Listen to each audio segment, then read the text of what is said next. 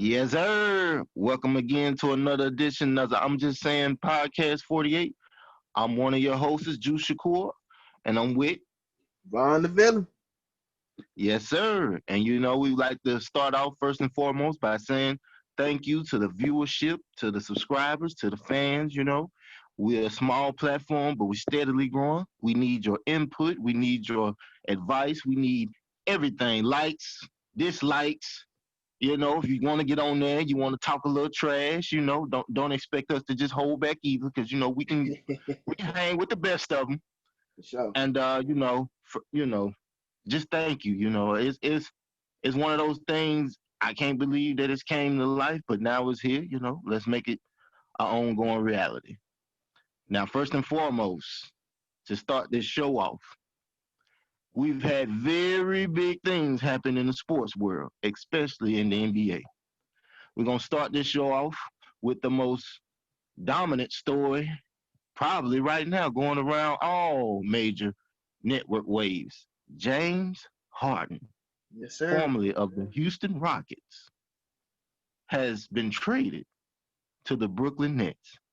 Von the villain, you got the floor. What you think? Man, so like you said, a truly bombshell on the NBA, man. Just I was at loss for words when I initially heard of the trade and got a wave of it. This is a four-team trade, ladies and gentlemen. The Nets receive Harden. The Rockets receive four first-round unprotected picks. One coming from Cleveland. They receive Victor Oladipo as well, Dante Exum, and Crocus. The Pacers receive Levert, second rounder. The Cavs receive Jared Allen and Turner Prince. That's a lot to haul for one player, but given the stance of how he felt early on this week, Juice, I don't blame him. I really don't blame him. You want someone there who wants to be there. James Right. Harden showed through his attitude, his play, damn show his words that he did not want to be in Houston anymore. And like I said, I think they made the right move. Max Kellerman always states, do it too soon rather than too late. And I definitely think they did it very sooner than what they may have wanted to, but they made the right decision. Let me chime in on this. I'm uh I'm kind of half and half with this whole situation. Let me explain why. Anybody that's a sports fan and you've been following James Harden's career, I mean, from the moment he left OKC and he went on to Houston, I mean, it was like he just skyrocketed to superstar status overnight. Now, I'm not saying that his talent, when he is, at his best, it's not beyond, spectacular. But what I am going to say is this. Sometimes when you put in a superstar role, it becomes too much for you to handle. Or in his case, in my opinion, he abused his power. I looked at a video online, and what this other content creator had to say about the situation, it was so true. I mean, if you look at it from the moment James Harden got to Houston, they've been trying to build a championship dynasty around this man by catering to him. Now that everything has played out the way that it's played out, I kind of look at that situation as, I mean, it was his fault that they never could get over the hump. Because if you think about it, he had Kevin McHale as a coach at first. Yeah. With Kevin McHale came to Dwight Howard. Right.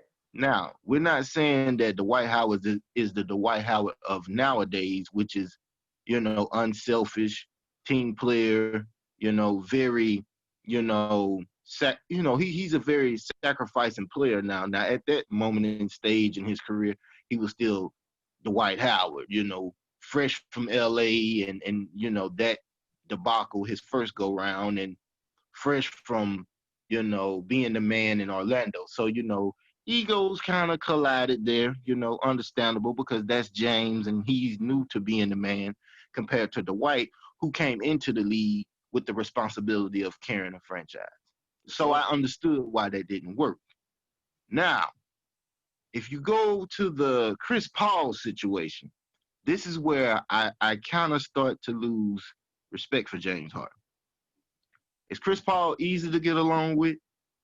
No, No. not by a long shot. If you don't believe me, just go ask Rajon Rondo. Blake Griffin. Um, DeAndre Jordan. I mean, yeah, I mean, I don't know this guy personally, but from what I see and with the trail he's led, uh, it's kind of questionable. But when you look at that team and the opportunity they had to actually go to the finals, Right. and I mean, yeah, don't get me wrong, Chris got hurt that first time they went against Golden State and they had they the back against the ropes. Chris got hurt, so you kind of chalk that up. Unfortunate injuries happen at the worst time. But the next year, Kevin Durantless Warriors, All right, man. and you telling me you still get put out in 6 games? On your home floor once again by the same team. And yet and still your excuse at the post game interview is, yeah, I know what we need to do. And so you trade Chris Paul for Brody, your homie in OKC, Russell Westbrook. And going into that season, it's like it was just destined to fail. I hate to say that. I'm a big Russell Westbrook fan. I feel like he reminds me a lot of Allen Iverson. Me growing up, I was a big AI fan. Shout out to AI, shout out to Westbrook. But you get rid of your rim protection, Clint Capella. Yeah. You play nothing but small ball. Let's not hold on. Let me not blame James completely because you do got the other blame to throw at Dan Phoney. Yeah, that's right. I said it, Mike Dan Phoney. Yeah. Because there ain't nothing real about this man's defensive mindset because he don't have one. Man can't tell you how to stay in front of nobody. Man can't tell you how to get a rebound, but he can tell you how to run that flow and shoot threes, jack up shots. Yeah. It's just his system generating MVPs. It definitely does that. It will do that. His system, okay. So his accolade to his name is gonna be, I've created MVPs, but have you created champions? He is not, man. He definitely has not. You know, in my opinion, do you play the game for individual accolades or do you play the game because it's a team sport and you're trying to get to the overall goal and prize at the end? You know, Right. that's why I say, Mike D'Antoni could never be my head coach. I mean, he's an offensive guru, He could be on the bench and help me on the offensive end, but I mean, to say, yo, you gonna run the whole show, that was a mistake to begin with from the start with Houston. But along this journey, James Harden begins to grow his ego because, he's averaging more points, he's getting the commercial deals and the Right. endorsements. And I mean, it's a, okay, I'm not gonna lie. I'm a firm advocate of black men, get your money, get your money, get your money. But the thing of it is, even when getting your money, keep your ego in check though. And that's sometimes hard for, a lot of people to do. I mean, because if you look at it, It's human nature. yeah, I mean, they say sometimes money bring out the ugliest in people, but my thing of it is like, okay, we keep, like you say, we should hold more stars accountable, just like they do with your boy. I agree. I agree. I feel like, for one, James Harden, his behavior these last couple of weeks has been childish. Right. Quitting on your team in the middle of a game in the beginning is very weak. It shows you lack superstar status. So why should anybody even give you that type of respect when here it is you gave up on your team? Sounds familiar, don't it? But anyway, um, Ah, man, that's another story, couldn't y'all. help it. But Couldn't help it. That's another story. You know, I'm looking at, you got John Wall, you got DeMarcus Cousins. I mean, and then you still pretty much got the shooters that you had already asked for.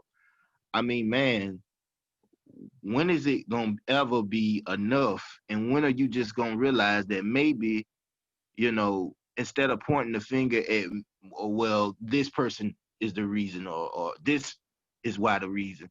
Maybe you need to look in the mirror and understand maybe it's you, you Mm, know. Now by him going to Brooklyn, I mean, the best thing they got going for them right now is that Kevin Durant is on their team and he playing he playing his ass off. Because I mean, in all honesty, Kyrie Irving, he's a question mark. He's a question mark. paging, paging Kyrie Irving, paging Kyrie Irving. Has anybody seen Kyrie Irving? I think Ferris passed him on the way to him skipping school. Ferris Bueller, because he missing in action right now, y'all, and he made me seem so stupid because last week I tried to get on this show and defend this man. Now I'm looking like America's next dumbass because I'm sitting here like, how in 1 week a We man can just go, hey, I'm not playing. I'm done. And then, I'm sitting here saying to myself, well, the man having a good season. Hell, I don't even know if he coming back this season. he's an enigma, man. He as talented as he is, and you cannot deny his talent. You can't deny any of these gentlemen's talent. But what is the one thing, the one common denominator that always comes into question with these three guys? The Who leadership. got more bitches? Oh.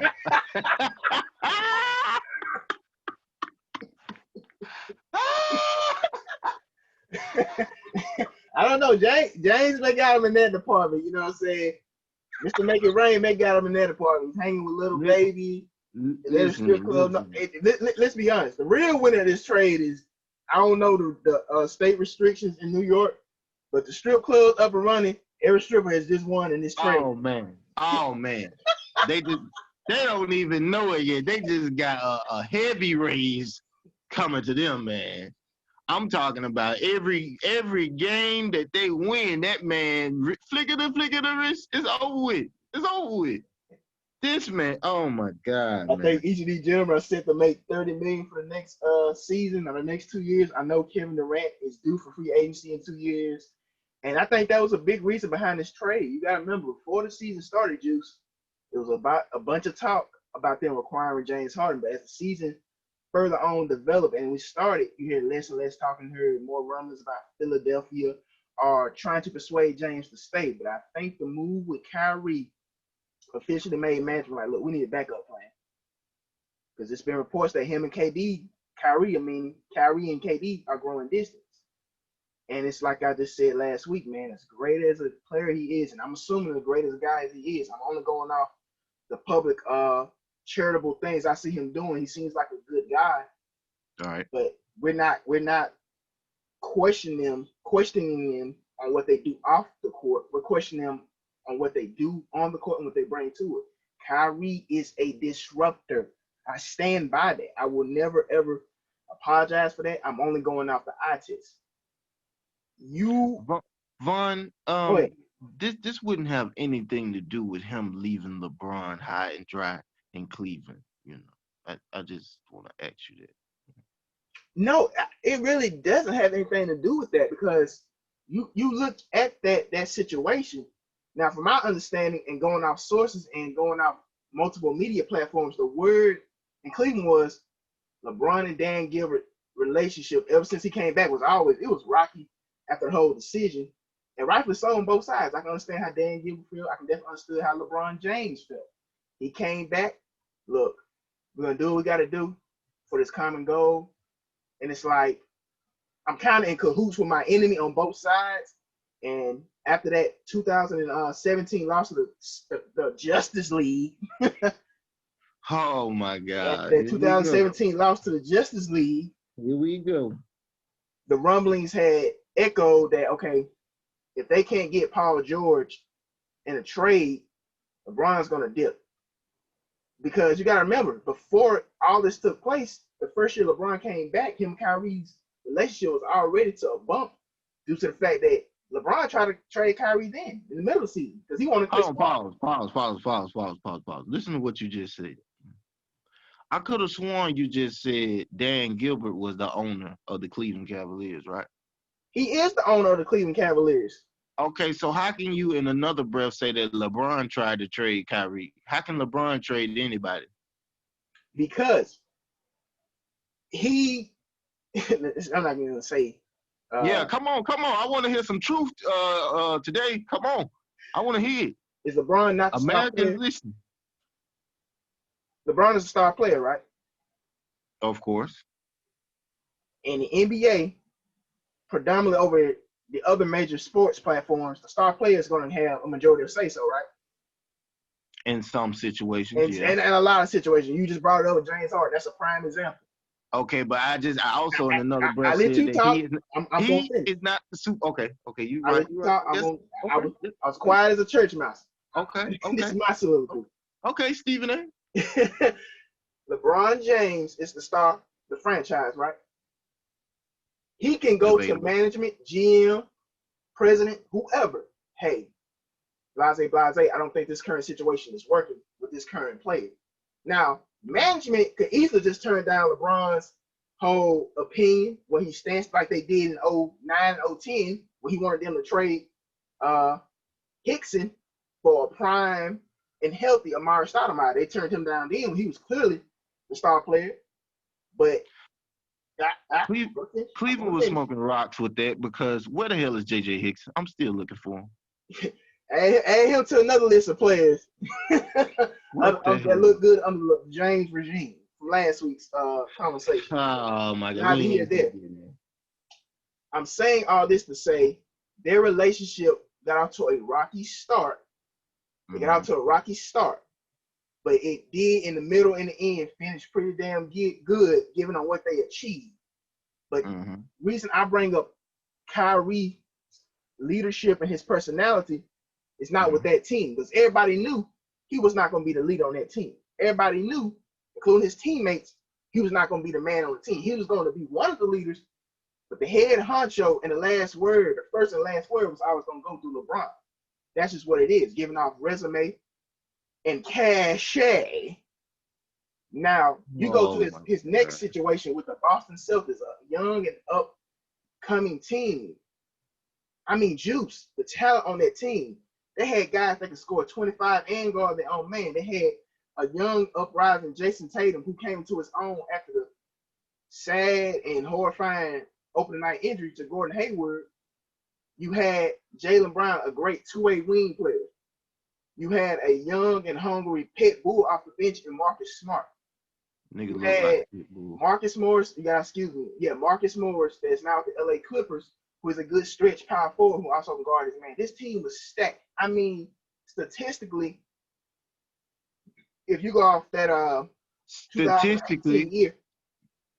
No, in my opinion, statistically, they got exactly where they're supposed to go. They got to the Eastern Conference. But, I mean, let's be real here. Nobody was expecting them to go to no goddamn finals. No. I totally disagree. Oh my God. I totally disagree. If you're going off personnel, stack them against that Cavaliers teams that actually by the grace of God. Oh, you talking about stack them against that Cavalier team that actually beat them? That Cavaliers team that made it to the finals that year. Fully healthy. Both teams fully healthy with a healthy Kyrie. Mm-hmm.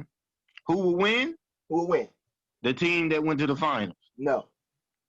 Oh my! Oh, I like this. I like what you just said. Now you don't went into a trap. Okay, so you're telling me that Kyrie-led team is better than a LeBron-led team? I would say the personnel on the Kyrie-led team that year was better than the personnel on a LeBron-led team that year. Yes, that is correct. So you telling me a rookie Jason Tatum? Yes. A rookie Jaylen Brown? Second year. Well, I'm sorry. Second year Jaylen Brown could be a Kevin Love. Terry Rozier, Marcus Morris. I'm looking at the personnel. You're going off names. No, You're no, going you're no, going no, I'm off a not. No, name. I'm I'm not. going No, I'm off not. skill No, set. I'm I'm not. going off No, I'm not. matchups. No, I'm not. No, I'm I'm not. Let going me off tell you names. I'm why. going off names.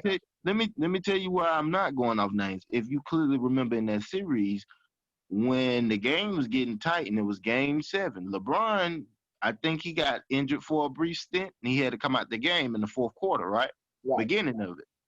By the time he came back into that game, they had already had a lead going away with the game, right? If I'm not mistaken, yes. So the point you making ain't really no point because when LeBron was in the game, they was down, right? Yeah. Yes, yes, yes. They were down. So as soon as he left, Kevin Love assumed leadership and they went on a run. And by the time he got back in, the game was over. Okay. The game is So all fine and dandy. The reason I'm bringing mhm, Kyrie up in the Celtics situation is because mhm, I felt like, given how him and LeBron fell out, his whole uh, main point of his departure was he wanted to be a leader, right? correct, He wanted to be the man, right? correct. The Celtics were not his ideal teams in that scenario. I believe with the Knicks, Nets, and Miami was though I believe those were the 3 teams out of his 4 destinations. You guys excuse me if I can't remember the 4th team. But I think Deuce, LA. looking at that team, how it was assembled, the coach, how he disrespected his former coach. You do plenty enough that yourself when it comes to T. Lou, but how he basically took a stab at his former coach, bigged up Brad Stevenson, let him tell it was one of the greatest strategical and X and O uh, minds he's ever been under. Can we say something though? Go ahead, go ahead. What is Tyronn Lue's legacy without that Cleveland team? I'm not forget T. Lou. I'm talking about Kyrie Irving. I know. I know. I'm just saying it ain't like the nigga was lying though. I I'm, mean, I'm not saying he was. I'm not saying he was cocaine. We talking about Allen Iverson poster boy. You know, like come on, man, stop playing, man. They won the Stop series. playing. That's all that matters. It wasn't. It All wasn't. I It know, wasn't a big part all of I the season. know, They won the series. all I They won the know series. is Brad Stevenson every year find himself at least doing something unbelievable in the playoffs. He went to the Eastern Conference with that young team. That was awesome. Then the next year, if I'm not mistaken, um, who did they just beat what? Who did They, they just beat? they beat Indiana the next year after they lost to LeBron James and Cleveland Cavaliers in the 2018 Eastern Conference Finals. They went on to beat the Pacers in a 4-game sweep. The next series they played Giannis and the Bucks and they lost in a gentleman's sweep with Kyrie Irving. You sound if you ask me, it sound like Kyrie was the problem. You're making my argument for me. No, I'm not. Listen, you don't have to go through his whole career move. He went over here and played at the Harlem Globetrotter gym. He went to do this. We all know the boy got issues. You got Fine, important I shit. get that. But the point I'm making to you is this: James Harden, Brooklyn, Kyrie Irving, halfway in Brooklyn. I don't know where yet. Kevin Durant, Brooklyn.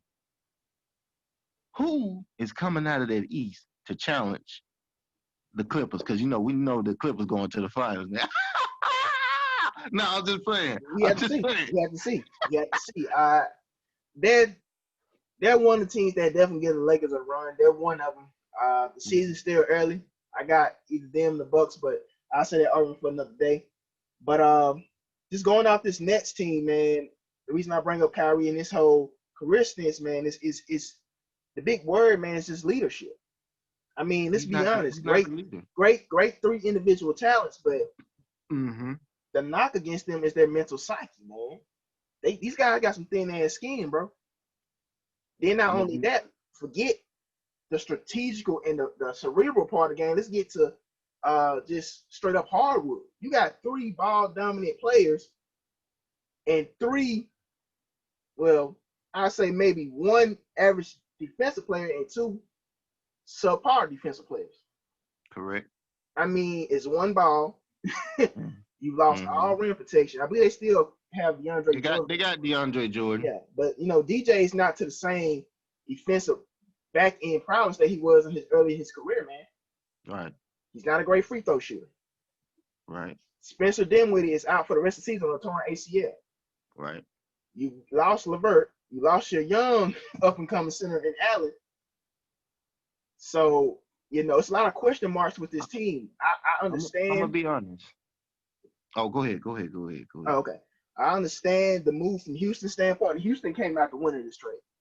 Mm-hmm. You have now reestablished your future after you basically demolished it with the whole Westbrook and Chris Paul trade, giving up Mm-hmm. every fucking asset you have. You have now reattained those assets in this trade. Bigs up to Houston Rockets and that organization. They have came out the winners in this trade. I think Cleveland as well. I think Cleveland's going to make some moves at the All-Star break. They got a lot of bigs and a team. I just referenced the Los Angeles Lakers. There's been rumblings and rumors that they want to add to that back end as far as defensive. So The I'm gonna first be thing they need to do is get rid of Sexland, cause ain't no way I'm pairing up two dudes and calling them Sexland. Not happening in my locker room. That's spicy. A little too spicy. Um.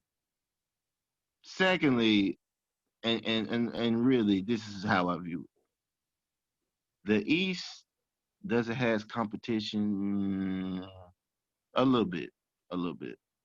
But for what is to be accomplished to get to the finals, Brooklyn going to the finals, bar none, no injuries happen. They going, I can't say they that, going. man. I can't say I that. can. Let me explain you why I can. Let me Mhm. explain you why.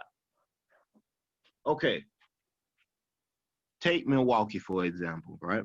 Yeah. Milwaukee got Drew Holiday, Giannis Antetokounmpo, and they new addition. Well, no, not new addition. I'm sorry, and Chris Middleton. Mhm. Out of all due respect, I want you to understand something. Giannis can't guard all three of them boys. See what I'm saying? Of course not. Drew Holiday can I pick mean, up Kyrie Irving. Drew Holiday can't pick up a Kyrie Irving. You gonna put Chris Middleton on James Harden?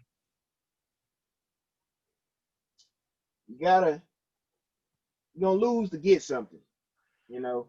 They I, can I mean, and truth be told, I mean, Kevin Durant playing like he won another MVP. And I'm just saying, like right now, the KD, you can't tell me that he just coming off an injury. The man looked like he fresh out of the gym, doing a regular workout, regular routine, just doing what he usually do. Uh, now that's one team. I just feel like Milwaukee still they missing that solid secondary piece to me. they are. Um, Miami, great team, move the ball, chemistry fine, but in all due respect, Gordon Dragic I is wouldn't not have given him guarding that money. Say what? I wouldn't have given him that contract. I mean, well, he ain't guarding nobody. He just like his mentor, Steve Nash. He all flash on the offensive end, and you just shake your head and just kind of cringe a little bit on the defensive end. Yeah. I just feel like they don't have enough willpower and star power to even compete with Brooklyn. No, they don't. Then you move on and you say, well, Boston. Okay, Boston is probably the best challenge they got over there. But let me tell you where Boston falls short at. Kevin Durant requires so much attention that you telling me, okay, Jason Tatum gonna guard Kevin Durant 1-on-1, right? It'll be Jaylen Brown. Well, Jalen Brown, which is even worse, I would put Jason Tatum on her. So then that would leave Jason Tatum on James Harden. Mm. And Kyrie Irving actually would have to be guarded by Marcus Smart, which is actually I would like to see that, to see who is his defense more superior or his offense just that elite. But I mean that would be the ideal matchup that you would want to see to Don't challenge forget them. Taco. Hey man, let me tell you something right now. Let me tell you something right now. Don't talk about my boy Taco like that. Get Taco Taco. Taco is a prospect in training right now. My boy hitting threes out here. He Yeah. in the gym putting in that work, you know. Get that He man his he roses, bro. Get that man his we roses. look. I'm telling y'all, that man will be a centerpiece on a championship team one day. You just remember. You just remember that. He will win a ring before Joel Embiid. Mark my words.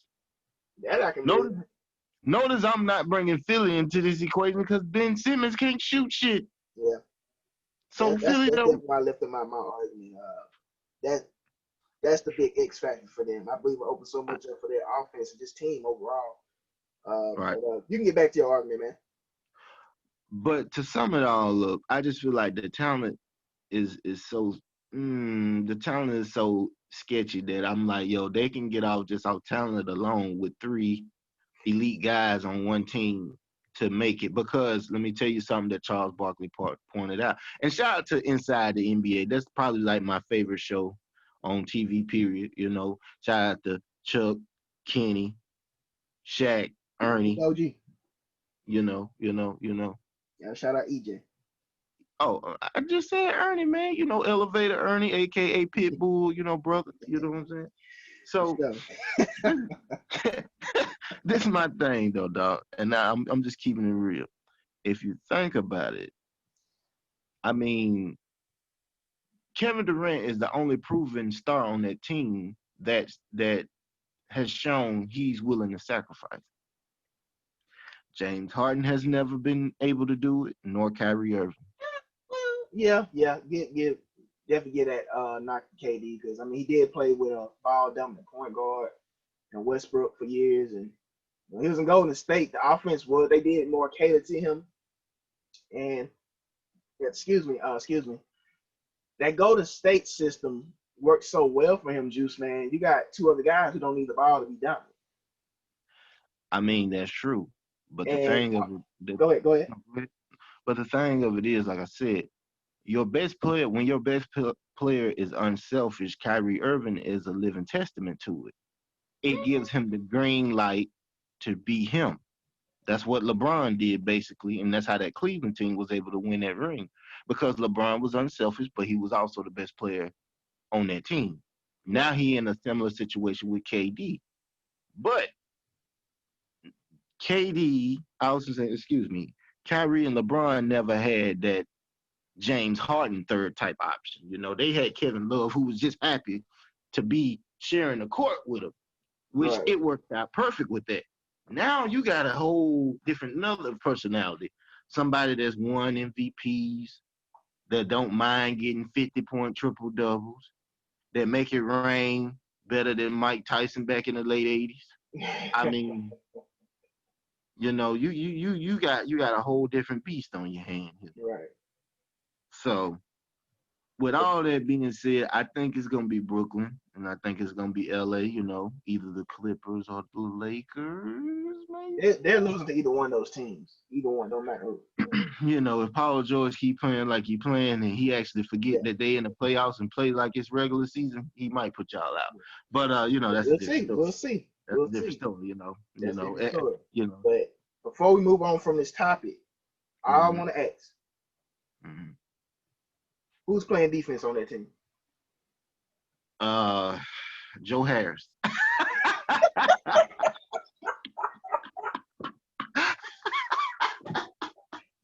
Oh, not Joe. Oh man, if I'm Brooklyn, you obviously didn't learn from your mistake when you got Paul Pierce and Kevin Garnett. You just gave up everything again for a big three that potentially could go down in the dumps, but we don't know yet. So we're just gonna wait and see. Yeah. But I do have a question within this whole argument. What's up? I thought about something, and it really is really sitting on my brain. Um,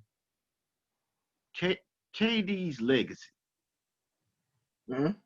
When it's all said and done, if he does accomplish the goal and win a championship with this team, Mm-hmm. where does he rank? Because I know a lot of people say, well, his first couple of rings don't matter. I'm a say I get why people say that, but now that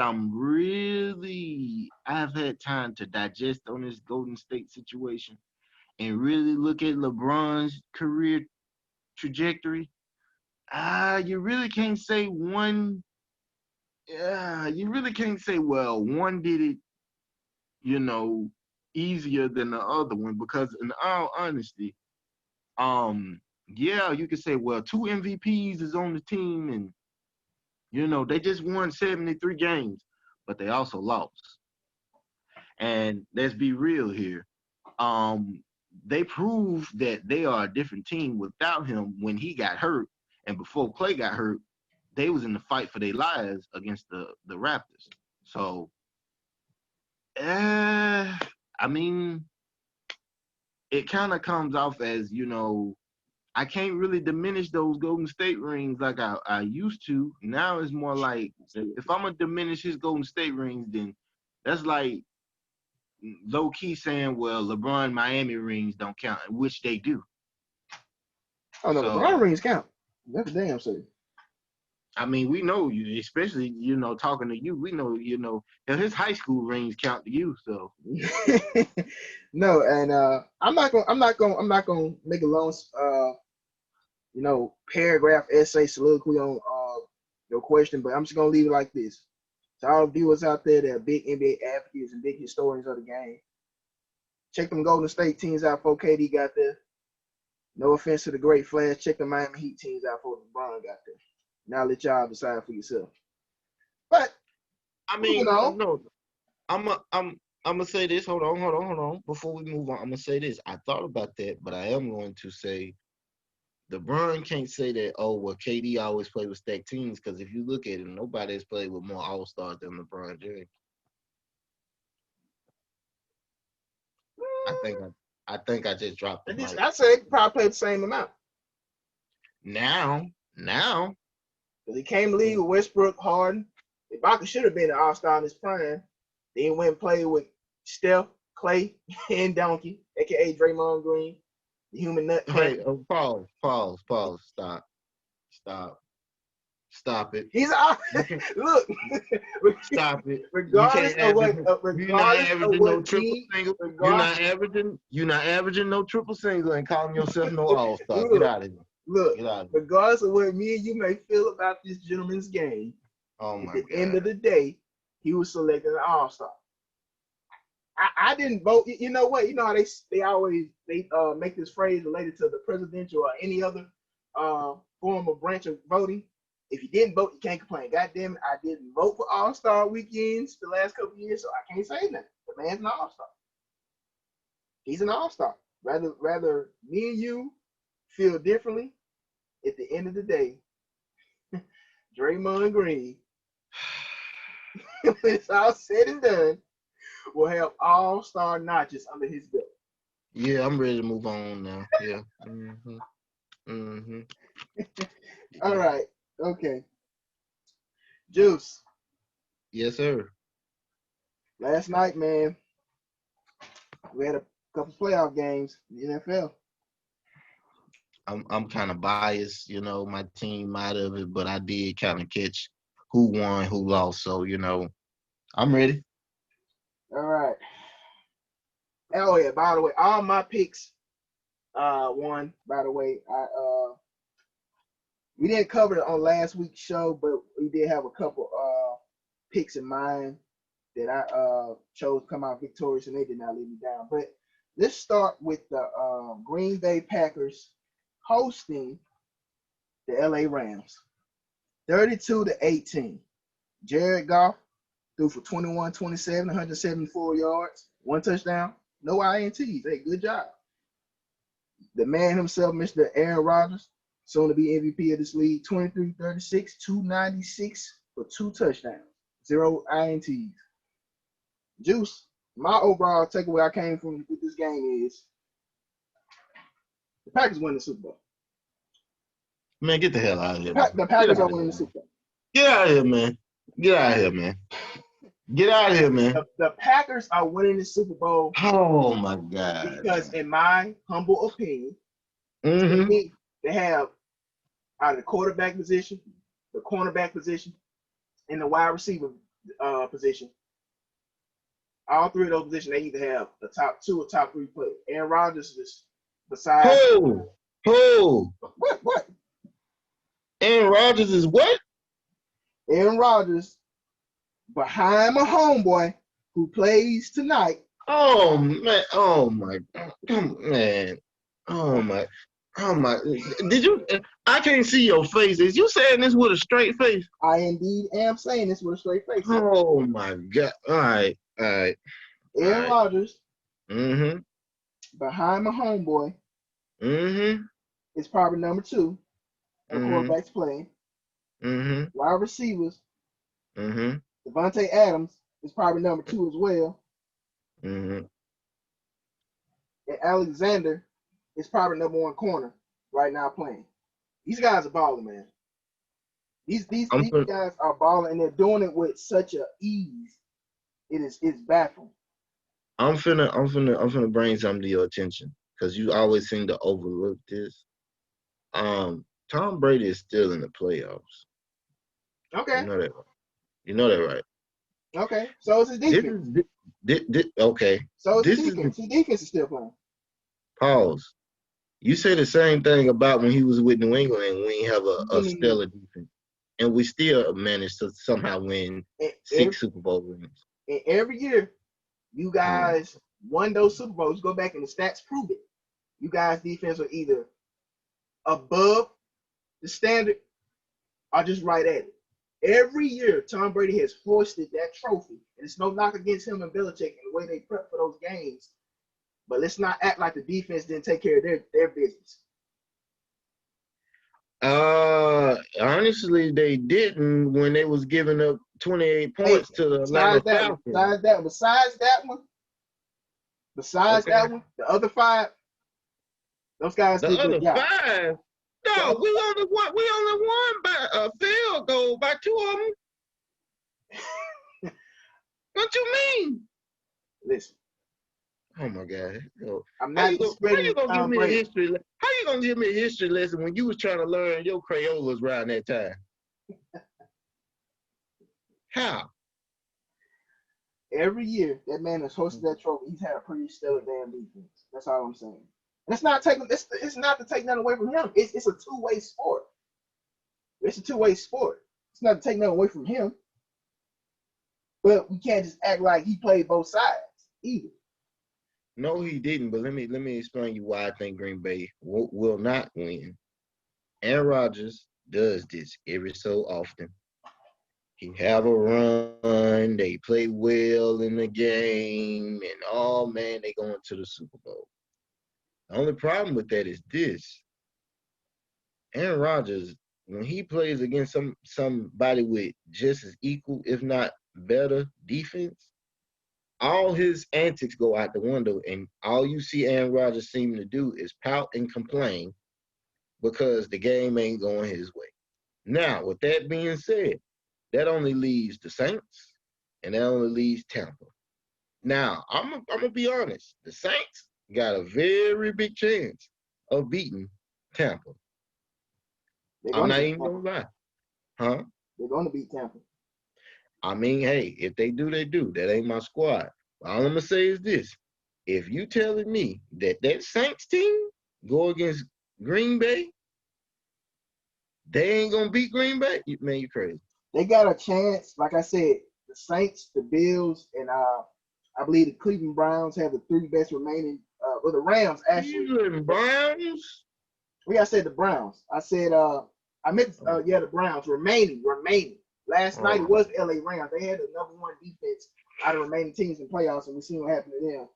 But just back to this Green Bay team, man. Time possession was 36 minutes and 12 seconds to LA Rams 23 minutes and 48 seconds.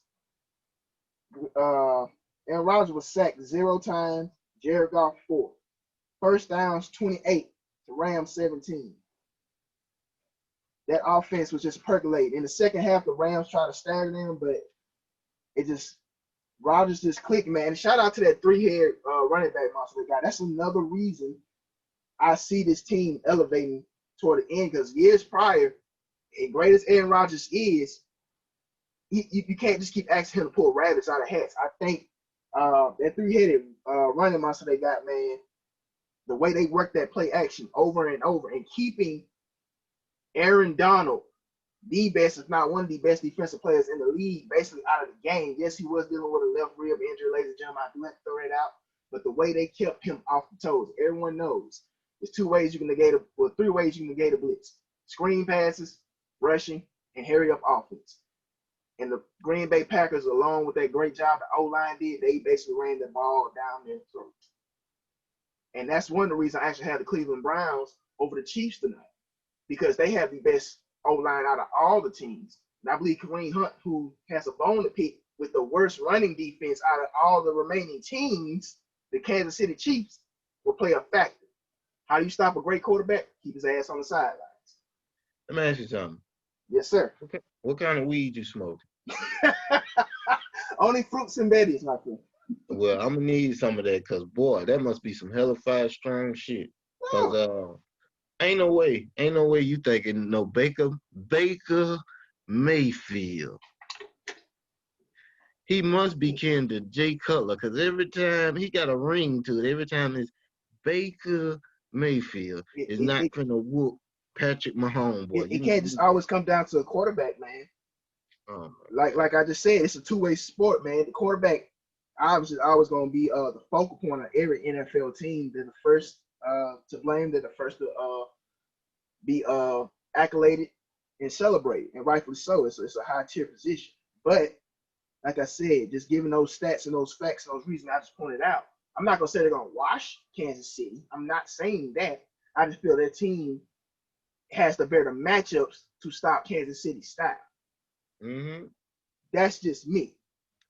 Mm-hmm. Kansas City, when their offensive weakness is obviously their running game, but when you have a passing attack the way they do, it's really not something to worry about. But like I said, if Cleveland Browns can keep my homeboy Tyreek Hill along with Travis Kelce on those sidelines, man, they got a chance, and I like them coming out as victors tonight. That's my opinion. Mayfield. What'd you say? Baker Mayfield. Baker Mayfield, baby. Boy, you know how to pick him, boy. That's all I can say, boy. First it was Phillip Rivers, now it's Baker Mayfield. Hey, get out field, man. Oh my God. Shout out to Phillip Rivers, man. He had a hell of a season, man. Just came up a little short. He had a hell of a season. Shout out to Phillip Rivers. Shout out to the gunslinger, man. Look, no matter what team he changes, the result is still the same. He always going home murder. Hey. Sorry, man. Can't win with him. Can't coach him. Shout out to Mike Singletary. Hey, man. I'm just saying. And to sum this all up, my prediction is I think Cleveland goes down to Kansas City. I think the Bills and Kansas City will be a great matchup, but I see Kansas City going back to the Super Bowl. I see Green Bay playing. I'm sorry, Tom. You ain't with me no more, so I can't really ride with you. The Saints. I see the Saints whooping that bad man, Aaron Rodgers. And I see it being the Saints versus Patrick Mahomes, boy. And I mean, it's a toss-up, you know. It's a toss-up, man. Like it's a lot of great quarterbacks, man. It's a lot of great quarterbacks, and who knows how it ends out when it's all said and done. But for my viewers who did stay up late enough to watch this dumpster fire between the Ravens and the Buffalo Bills, who I did have winning this game, the final score was 17 Buffalo to the Baltimore Ravens. Man, no, 3. Yeah, 3. Yeah, they scored 3. Yeah, put some respect on their name. They scored 3. I don't know if it was the win in Buffalo or what, but man, their special teams are having trouble. But Lamar Jackson overall performance was 14 for 24, 162 yards, which I'm amazed he was able to muster that as much as he was running for his life. They definitely need a new O-line. They need an O-line. 0 touchdowns, 1 INT. And I believe he was knocked out at the end of the third quarter with a concussion in the back of the end zone. Then Tyler Huntley stepped in. He was 6 of 13 for 60 yards, 0 TDs, 0 INTs, man. And Can I make a quick statement? what's up? Lamar Jackson, if you ever hear this podcast, man, I mean this with no disrespect. Man, your mother is so beautiful to me, man. She is fine, dog. I just gotta throw that out there. I'm sorry. I'm sorry. All right, go ahead. Yeah, go ahead. Shout out to Mama Jackson. All right. All right.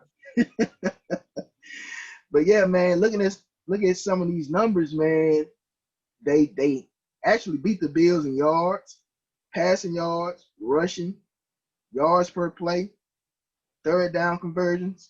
They let Lamar get hit a couple times. Like I said, the young man was running for his life. And due to the fact that they actually ran the ball more, it's going to keep you on the field longer. They won time of possession, man, but they just couldn't convert when they got down there. And to add this as a cherry on top, Lamar Jackson threw his first INT, which was a pick six for 101 yards, the longest in the Bills franchise history by Taron Johnson. His first of his career, man. Just you talking about bad timing. And Josh Allen himself, he didn't do anything too dramatic or too mind blowing, but he was 23 of 37, 206, one touchdown, 0 INT. So he took care of the ball and did his job, man. But overall, my pick to come out of the AFC, the Bills, they did what they need to do, and it's been a long time coming on their end. I believe almost 2 decades of irrelevance and just heartbreak when they were relevant with Jim Kelly and them. But from the Ravens standpoint, a little disappointing. I didn't have them winning, but I had them showing a better overall performance than last night. 8 penalties too for Baltimore, man. That's not going to win on the road. 8 penalties for 34 for 70 yards. It's not good.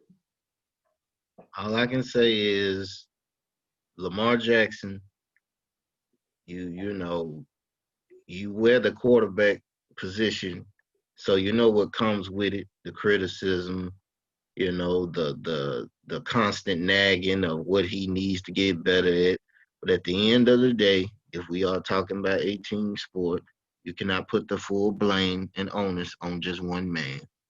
Now, with that being said, by him being a former league MVP and him having 2 flaky performances in the playoffs, next year the pressure is going to be amounted even more on him, and it's probably going to be at its highest because they're going to expect him to get over the hump and at least make an AFC Championship game next year. So be on the lookout for Lamar, and also be on the lookout for Baltimore because they got to make the necessary trades and the necessary draft picks in order to get better.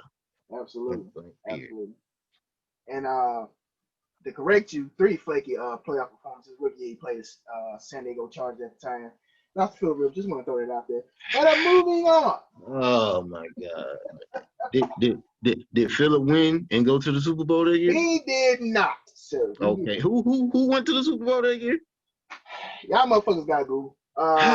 Thank you. I rest my case. But yeah, unfortunately, viewers, we're gonna have to transition the show from sports entertainment to some more saddening and disheartening news, man. For anybody that's a fan of this brother, on January the 12th of 2020, reports came out that Atlanta-based rapper Rashawn Bennett, aka YFN Lucci, was wanted on a murder charge from a December the 10th shooting that left 128-year-old James Harden deceased with gunshot wound to the head, as well as 32-year-old Kevin Wright injured from gunshot wound to the abdomen.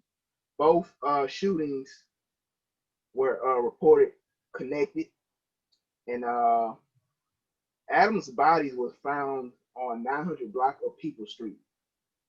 However, Kevin Wright was dropped off by an unknown vehicle at a local fire station not too long after the body of James Adams was found.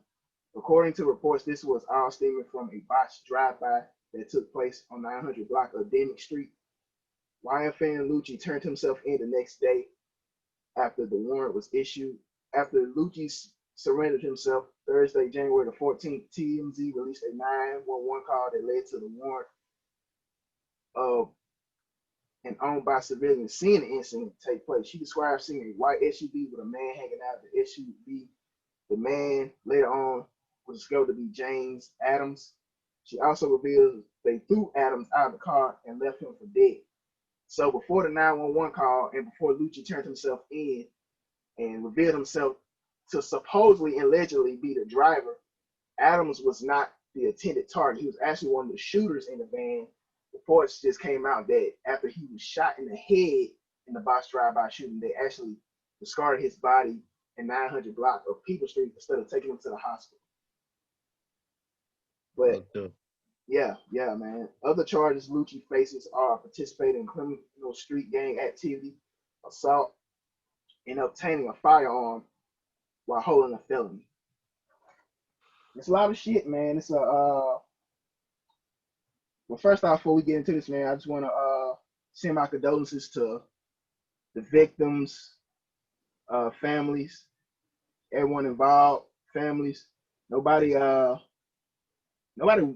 You're not looking to win in a situation like this, but nobody comes out feeling better. The perpetrators and the victims, nobody. Life was taken, lives have been ruined, a career is possibly over. But nobody wins in a situation like this. And Juice, I'm gonna swing it to you and get your intake on this. Well, as you were sitting there, laying all the charges and the situation out, I couldn't help but my mind instantly went into the mode of, like you say, another black family has to bury a young black man. And first and foremost, let me say this: we don't know what happened. This is all alleged. Yeah, We're not gonna sit here and try to play street cops and inspect the gadget out here. We don't know. We just all going by alleged and what's being reported. Um, I don't know. It's like I look at this situation and I'm numb to it because if you're not numb to bad news after 2020, something is wrong. Something is wrong because it's like time and time again, it's either you hearing a rapper getting locked up or a rapper losing his life. And in this situation, I mean, it's really like both. It's like by him being a part of this situation, allegedly, it is kind of like this man is losing his life because it's like we already know what the legal system gonna do. They're gonna throw him basketball numbers, you know. right. I hope that ain't the case, but then I also hope that he wasn't the alleged driver, shooter, whatever the case may be. But I mean, how I feel about it, man, is just like I don't want to sound like a broken record on here, but I do. I really feel strongly about this. We got to change this street shit. We got to. We got to. Because kind of like what me and you talked about off camera, when you visualize, when you get your gun and you visualize an attacker, are you visualizing anybody or are you visualizing a particular somebody, if you know what I mean? Do the attacker look like you or is the attacker a random human being, if you get my drift? I You definitely know, get the drift, man. Unfortunately, man, a lot of times, 9 times out of 10 or 10 times out of 10 is usually somebody that looks like me. you know. That's sad to say. And I mean, I could easily go into the whole street aspect. I'm not a street cat. I wouldn't ever profess myself or try to come off as one. Everybody, I ain't gonna say everybody. I'm gonna say, some people just, hey, we grew up in certain environments and in certain situations and have certain family members or friends that indulged in it. And I mean, it is what it is. Not saying that I was just closely connected to it, but I've been close enough to it to understand that's not a route that I really want to take, or that's not a route that I really seen being prosperous. You Right. know, I look at every situation at the street and I say to myself, okay, prime example, not to change subjects, but I think the rapper guy is Pop Hunted, something like that.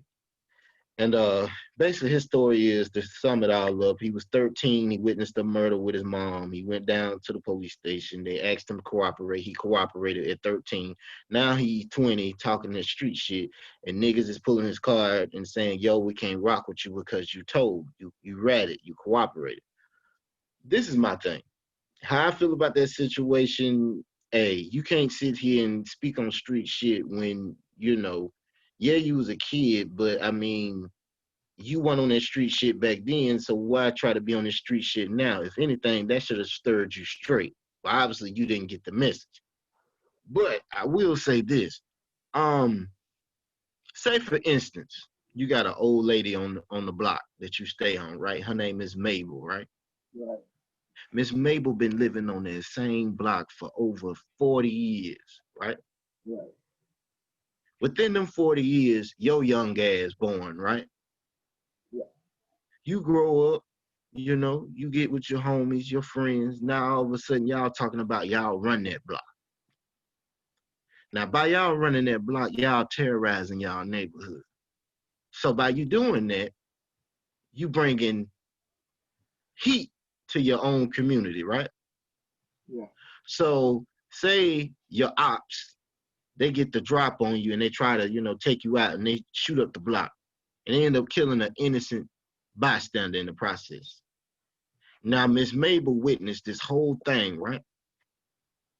And nobody else in the community seemed to even think of telling what they saw because they so scared and petrified about y'all, right?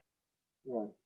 So Miss Mabel got the only heart on the block to say, hey, these motherfuckers right here was the ones that killed da da da da da da, or they was shooting back at the other whoever. So what y'all gonna do? Y'all gonna uphold Miss Mabel to some street code shit and y'all gonna take her out?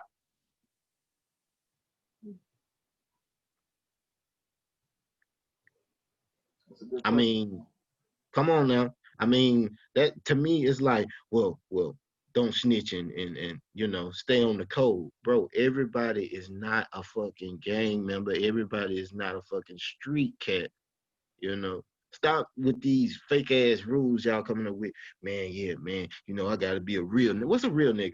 Let me ask you, what is a real nigga to you? Because I still ain't figured that out. It's a lot of people have a various amount of definitions for it, but I'll tell you one thing: it's definitely been misconstrued and tainted, tainted over the generation of what it really takes to be a real nigga. But before I answer, man, why are we so fixated on being a real nigga? What's wrong with being a real man? Because let me tell you why. Cause you got niggas out here that's catering to these nutting ass bitches, and they feel like the only way a bitch gonna give me attention is if I portray this certain image that they seem to gloat about and glorify on TV. What you see on TV ain't always real, if it's ever real. But niggas get caught up in this whole, oh man, did you see that nigga? He had this gun, or man, them niggas that they run the block. Oh man, they got here putting in that work, or nigga, they got bodies under their belt. First off, when did it become a sport to have bodies under your belt? That to me, that you bragging that you took another life, and then you want people to say R.I.P. to you when they take your life. Right, right, When right, right. when you was on the same stupid shit that the person that got you on. No, Come on, man. Come on, man. Pac's, Pac had it the best. Live by the gun, die by the gun. that's right. The energy you put out will be reciprocated to you tenfold, man. And Period. I brought this up off camera one day. We were just conversation on the phone on a similar topic, man. I'm gonna throw this brother's quote out here. Ryan Fisk, a Chicago rapper legend and two-time Grammy winner. For you viewers out there don't know who Ryan Fisk is, man, check him out. You want bars, you want some content, some substance, check him out. But I believe he actually still does live in Chicago, man, and he's part of this youth recreation group, man. They're trying to, I don't say stop. It's going to take more than one man, but they're trying to put a halt to a lot of the violence that's going on in Chicago today. And I believe after one of his events in 2015, after leaving the facility, going into his vehicle. He was robbed at gunpoint by a young man that took his wallet. And people asked him how he felt on the incident. He said, just being honest, I felt disheartened and a little discouraged because the same people that I'm trying to help, turn around and pull malice and mal and evil content towards me and take what I earned. But he gave a quote on his Twitter feed. He says, to all local MCs and influencers in Chicago, realize how much power we hold. And it's not just pointing the finger towards music, but I do believe, especially in the African American community, a young African American, a lot of the knowledge that we have about what's going on in our community, rap has always kind of been like that tastemaker, the latest fashion, the latest slang, Right. the haps, and just music in general. And even for us, our families, our mothers, our fathers, their generation, they would listen to Marvin Gaye, they would listen to the Osbournes, they would listen to the Supremes, and so on Right. and so on, because that's how they knew what was going on. Right. But the reason I bring music up is he says, when you're writing rhymes, you're spelling, right? Correct. You're spelling out word for word, bar for bar. So whatever you're spelling down, whatever message you're trying to portray to the public and to your listeners, you're casting spells. That's all a spell is. You're casting spells. You're casting energy. So ask yourself, what spells are you casting with your music when you recite it? If you're in the mood to make love, you're more likely to listen to some Marvin Gaye, right? Right. Some Isley Brothers. Right. If you're working out, you're more likely going to listen to something upbeat. Maybe some Little John, maybe something with an upbeat tempo. If you're listening to something, if you're listening to something to complete an act of violence, it's nameless rappers you can pull up. And they keep continuously getting created each and every day. It seems like it's not a stop to this shit. It just continues to go on and on and on and on. You know, But that's the new wave. that's You the new know, wave. And you know what, Juice? I don't think that's always been the wave. I think, especially given the African American community, I feel like we always kind of celebrated. I don't say the bad guy, but the someone who opposed authority, right? because we always felt we was kind of under Big Brother thumbs. We celebrate the Bonnie and Clyde. We celebrate the Scarface because we see someone of a lesser phase and stage in life take power. But listen to what you just said. You celebrate these people, but what do these people have in common? Their demise. Yeah, So how can we sit here and cry and say RIP to this person and all this and all that when we knew how they was living and moving when they was here? And then once they get taken out by the same system, the same, environment that they were a part of, we can't sit here and cry these tears as if they was, positive, well-like seniors. Well, I ain't gonna say senior citizens, just citizens in general. They wasn't positive. They wasn't making no, effect in the community in a way that is not only changing their homies' lives, but everybody else's lives that's within the community. Because that's the thing. A lot of people say, well, he did a lot for the community. He got his friends. That's his friends. yeah, That's his friends. That ain't the community. That's his friends. You know, his friends that's on the same dumb shit, nut shit he on. Oh, he willing to help them.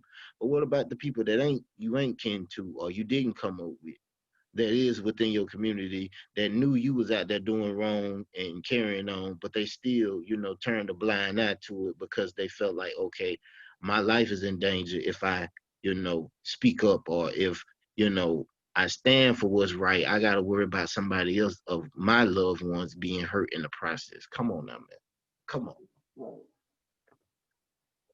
We point a lot of fingers to Big Brother. And don't get me wrong, Big Brother. I use that term to reference police, government, and don't get me wrong, we elect these people or don't play a part in the electing of these people and put them in a position to do right and to abide by the law in protecting us, regardless of our race, sexual preference, background, whatever.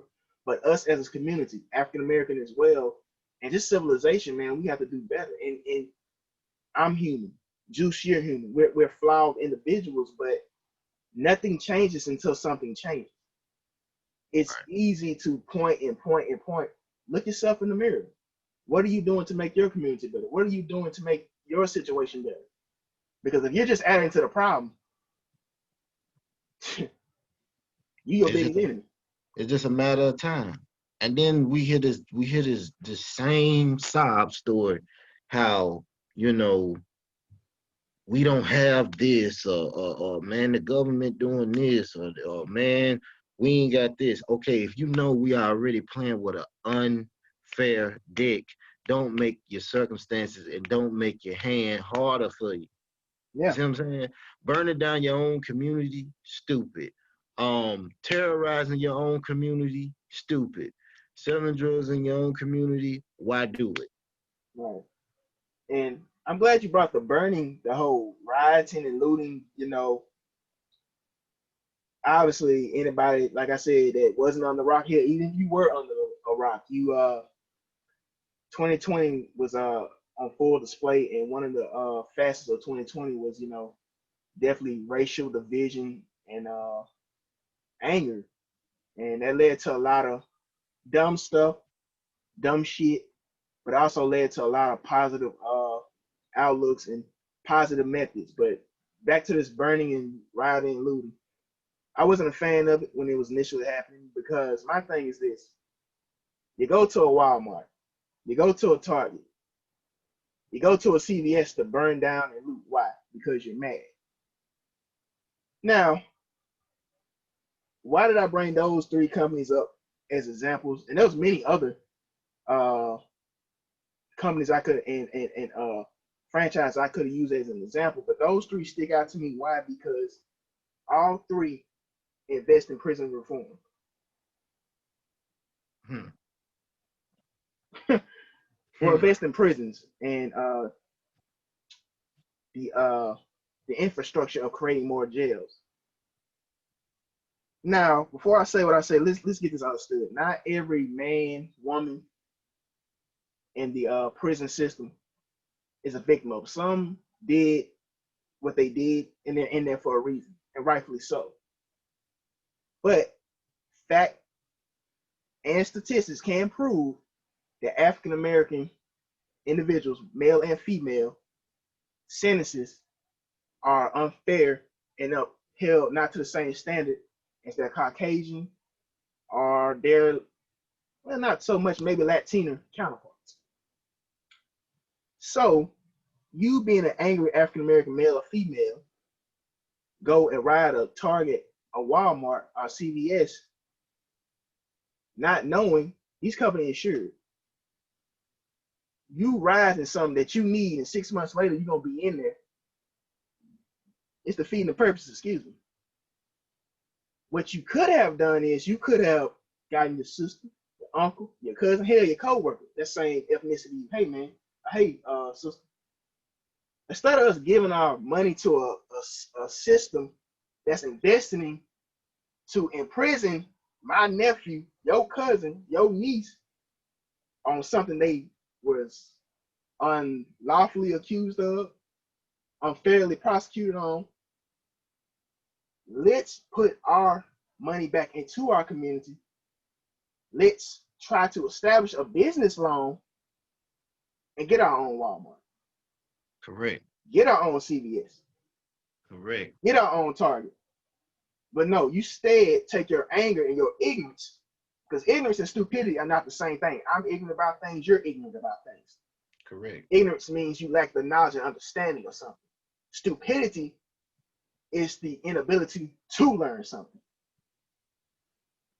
You get on social media and you post Malcolm X, Martin Luther King, and quotes by saying any means necessary. Do you really know what this man was saying? Malcolm X whole just agenda wasn't burning down the white man's neighborhood. His was about building our community up. Instead of Well, pulling building out our our head. community, You building say? our community to where we don't have to rely on him. Exactly, exactly. He would want us to invest in our own companies and our own communities instead of go burning down theirs. Correct. But that's not proving nothing, especially if 6 or 7 months later, you're gonna be right back in that motherfucker. Exactly. I mean, I'm gonna be real. I gotta say this. It might not be popular what I'm about to say, but I'm gonna say it. Black Lives Matter. That's half of the statement. It should be Black Lives Matter in every situation instead of just Black Lives Matter. Because to me, in my eyes, Black lives only matter when it's an injustice done by a white counterpart. Right. I don't I don't understand why black lives don't matter when it's black on black crime. We gotta fix our own house, our own neighborhood, our own community before we get to talking about what's going on in everywhere else. Facts. Period. So yeah, I'm down for the, standing up for the righteous and, standing up to the injustice and, really empowering ourselves. But what good is it to empower ourselves in only certain situations? If you really want power and you really want change, that means you got to stand for every injustice instead of standing up only when it's convenient and when it's lucrative, when you can plaster a story all over the news and you get this press run and we're gonna do this march over here and we're gonna make a little money over here. Cause see, it's money in wars. I don't know if they done told you that, but it's money in Absolutely. war. So, even though people say, well, this is not really a war. Oh, it's a war. It's just some of us don't know that we fighting in it. So I ain't trying to sound like this, rebel without a pause, but I mean, hey, sometimes we need to point out certain things that I know other people feel the same way, but they don't have the platform to speak on it. And like I said, when this platform get bigger, I would gladly like to have people on and hear their opinions, their views, whether you agree with me, whether you disagree with me. Let's have the conversations that need to be had instead of letting it bottle in and letting it manifest into anger or frustration. Let's sit down at the table and really have a productive conversation. That's all I want. And the key word you just said, man, is conversation, man. That's the key to that's a very central key to just about everything in life, man.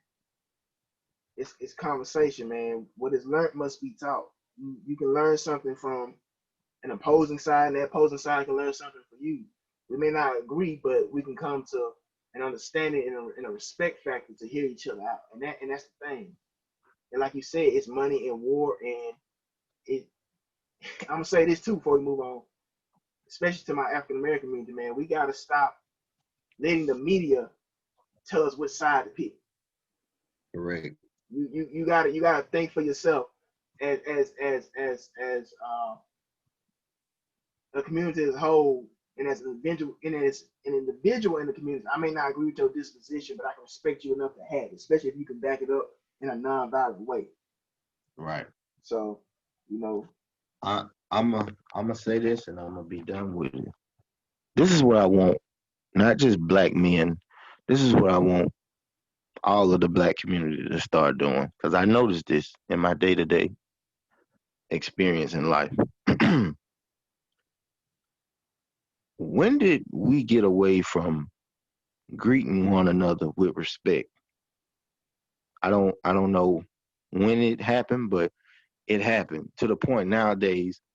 Say for instance, like now, I'm considered an old head, which I don't understand why I'm still kind of young. But just say for instance, I see a younger, brother, and he may be walking in the gas station. I may be walking in the same gas station.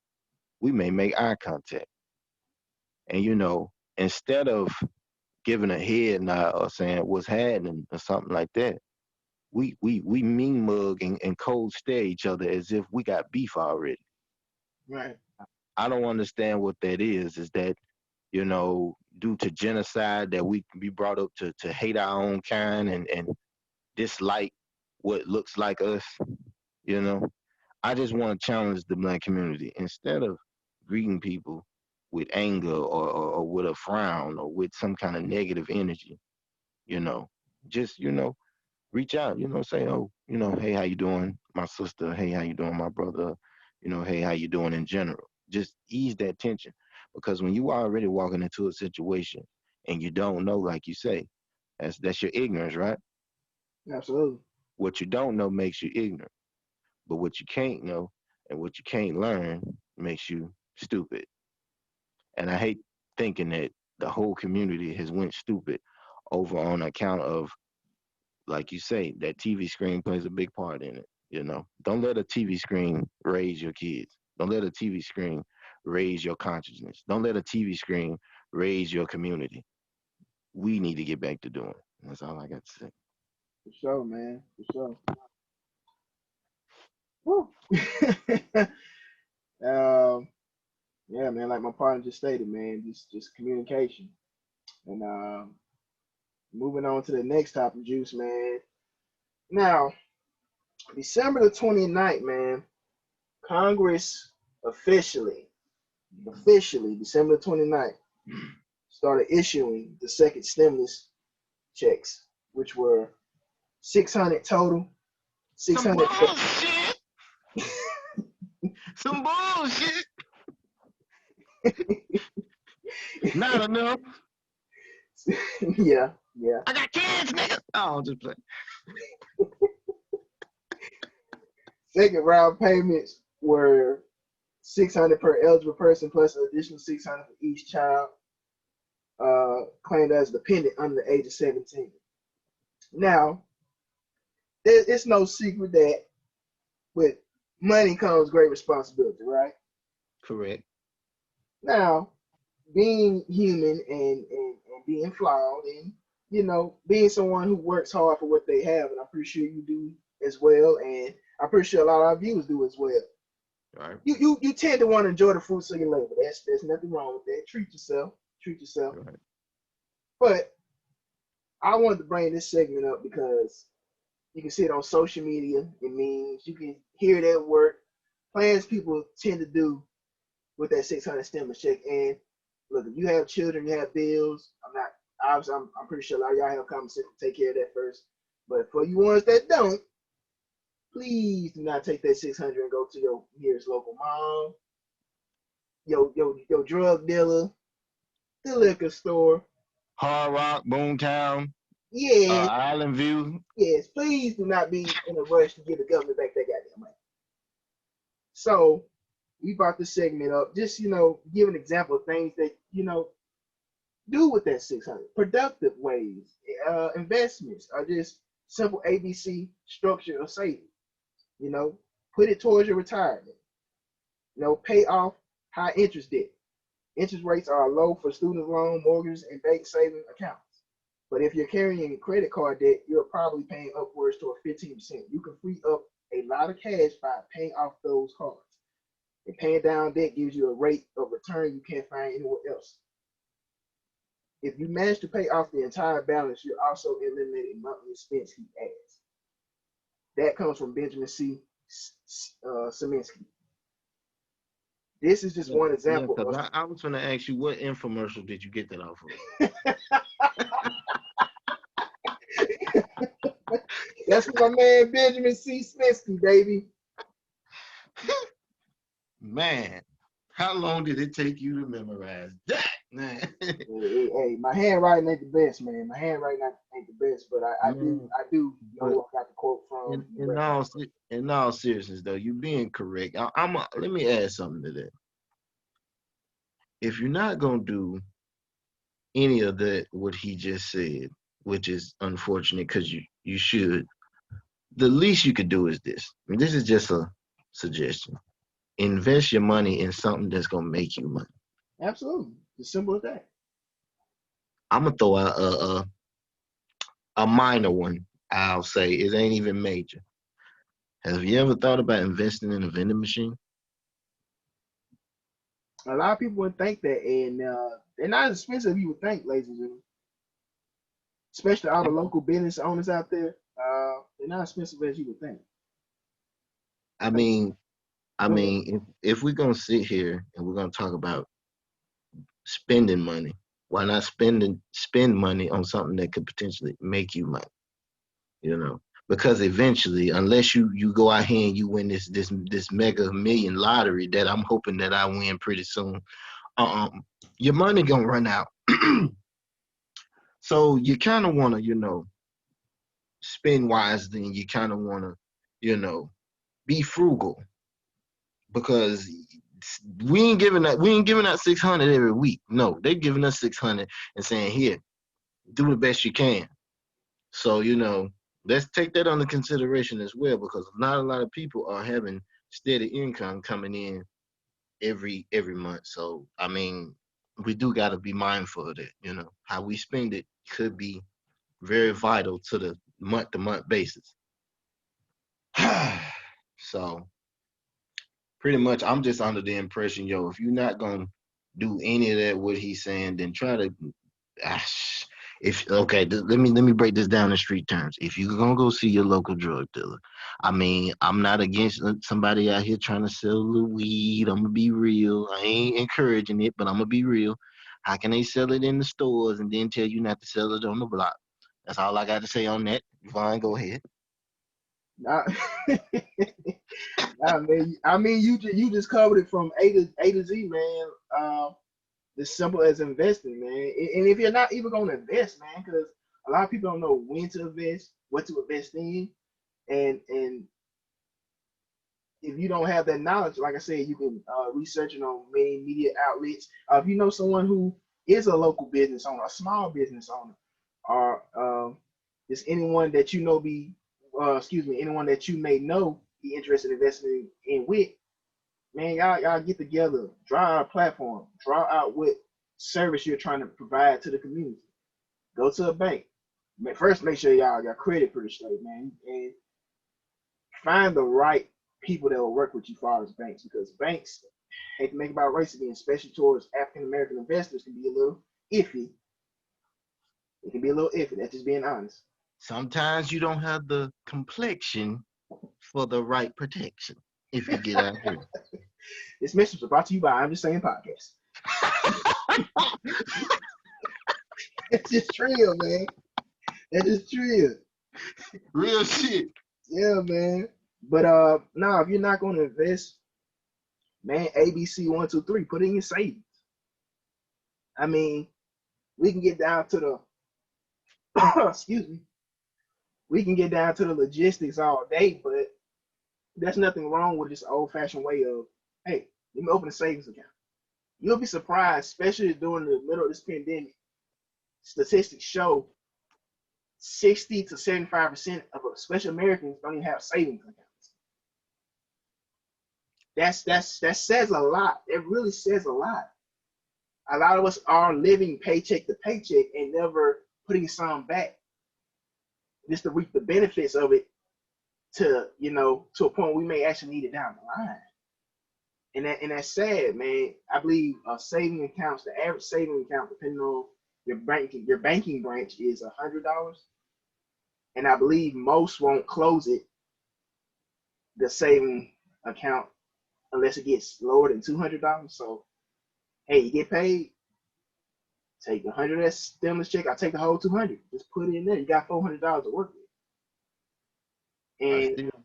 Oh, yeah, go I ahead. mean, it's not rocket science, man. And look, we're not trying to tell people what to do with their money, because everybody necessities and everybody's duties, the obligations are different. But take care of what you need to take care of, man. But think down the line. Think 4 or 5 steps ahead. Think All four or I five know, steps all ahead. I know is, if you're really trying to make some serious dough, and it's not promised, you still gonna have to do your research and read a little bit. I mean, get in the stock market. I mean, right now, a lot of simple things are going up in stock because we're running out of resources in certain areas because of this COVID pandemic. So, getting involved in something that you probably wouldn't. do on a regular basis because you figure, oh man, I don't know nothing about this, or oh man, how I'm supposed to, learn about this. That's what a conversation is for. You never know who you run into. You never know what they know. You never know what type of vital information God will place upon you if you just pray about it and let Him lead and stir you in the right direction. You know, stop making excuses on why not or what you're not gonna do, and let's start making examples of what you did do. Well, that sounds like Corinthians right there. I'm gonna have a sip to that. Hey, I try. I do. I do what I do. Yes, sir. Well, Juice, anything else you'd like to add to today's episode? Anything you feel we Uh, haven't touched on? Anything uh, you touch upon? well, we covered a lot. I don't want to be long winded. Of course I can go all day, but I think I'm gonna end it with this. Far as like last topic, and then we'll do our brand new segment of get it off your chest. Go for But it. I think what I'm gonna talk about is the movie I watched last night. It Okay. took me by surprise. Um, I recommend, if you're a history buff and you really are into Black history, I think you really should pay attention to this movie, One Night in Miami. Mm. Yes. I uh I watched it last night and I was really intrigued on some of the information that was brought out to this role. Like, a lot of people look at Muhammad Ali, Malcolm X, Jim Brown, and Sam Cooke, and they say, "Oh man, they were just public black figures that back in the day, they had they run and then they just faded out." That's not true. We're talking about four of the most influential people that ever walked this earth. Period. Period. They talking about you know what? Watching that movie made me feel like I was watching me and you have our podcast. I Mm. promise you. If you go back and you watch this movie, I promise you, a lot of the things we talk about, it get brought up in that movie. But the most important thing that got brought up was unity. We can fall all day because that's what they want us to do. But when we stand as a unit and we actually unite as one to build on a bigger purpose, we can't be stopped. We undefeated. We undefeated. Nowadays, that's something that we don't exemplify enough. Unity. We talking about people walking from different shapes and colors and sizes of light to come together for a purpose bigger than just oneself. And I feel like, watching this movie, it made me realize the importance to have the right people around you, and not only have the right people, not just because y'all think alike, but also because y'all have difference of opinion that actually matter, where you can see things from a different perspective instead of being in situations nowadays where you see rappers have yes men around them and they say, man, I think I'm gonna go over here and I'm gonna commit this crime, or I think I need to go over here and I need to buy this up. Instead of you having that person to pull you aside and say, hey man, I don't think that's smart. Nowadays you just got people that's egging you on with the coonery and buffoonery. For And we sure. need to we need to change that whole scenario in 2021. We really do. But I'm really positive with this movie that, if you're a history buff and you really like Black history, One Night in Miami, that is something that you really should check out. For sure. For sure. Uh, this film was directed by Regina King as well. Anybody that's a true '90s baby, just a film, just a big movie buff. Regina King, she's definitely, to me, in my eyes, legendary in that Oh yeah. industry. Oh yeah, You without question. know, voice accuracy on Boondock. She actually played Huey and Riley Freeman, playing the sister of Craig on Friday films, and just so on and so on. I believe this was her directorial debut. Excuse me. I have not seen the film myself, but I definitely know what you're referencing. It's on Amazon Prime, so We advise all you guys out there, just overall movie buffs, man. Check out One Night in Miami. Oh yeah. Oh yeah. And going into this next segment, ladies and gentlemen, called "Get It Off Your Chest."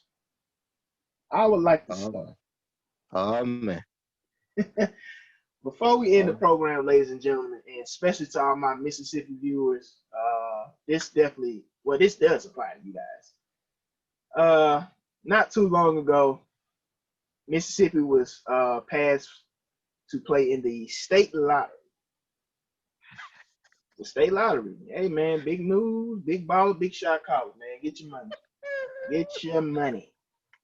Now, you can purchase these lottery tickets in just about every one of your local gas stations around the state. Very Right. convenient, right? Right.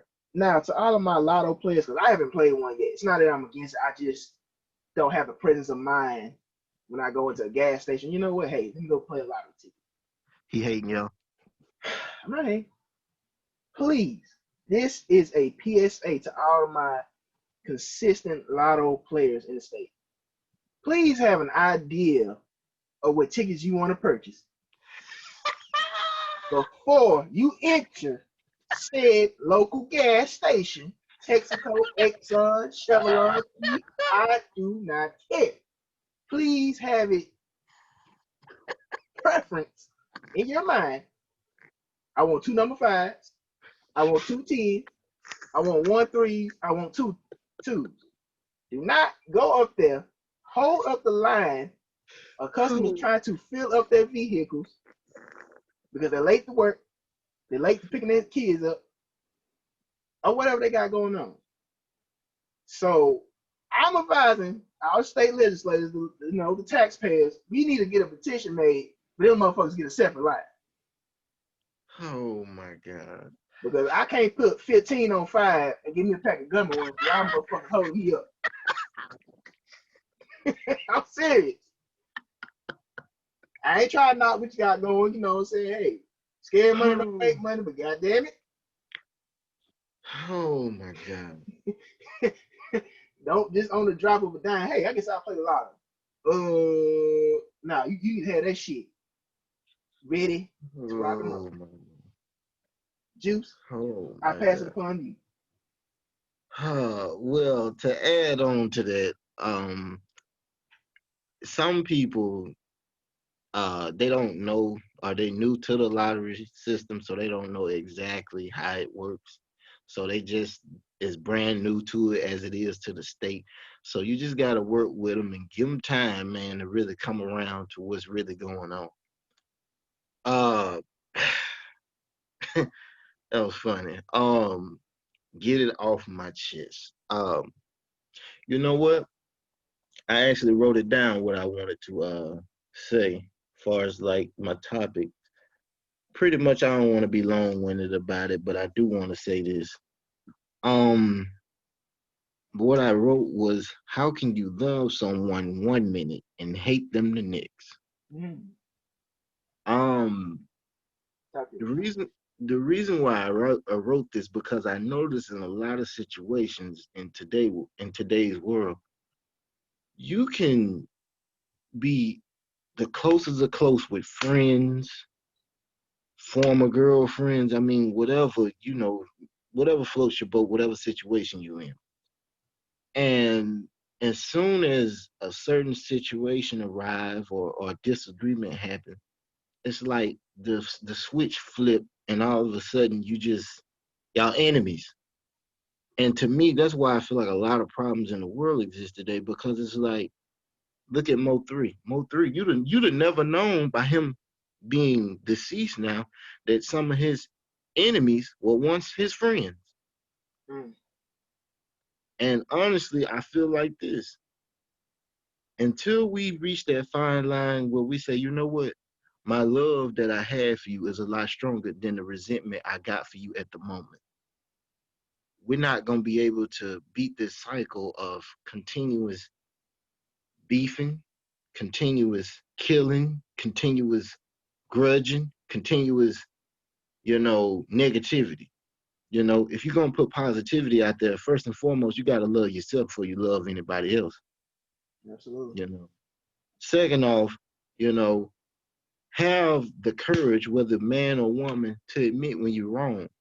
A lot of our egos and pride get in the way, and we fester in it, and we're not able to just man up or woman up and say, you know what, I'm wrong in this situation. Let me go apologize, or let me go fix this before it get out of hand. You know, some of our hearts carry on hatred towards everyday people that has nothing to do with our problems, but we take it out on them due to shit that we experienced and went through as kids, you know. And until you get help, the proper help you need, you're gonna sit and you're gonna go through these same situations similar over and over and over, and you're gonna wonder why everybody around you is vanishing, because it's you the problem.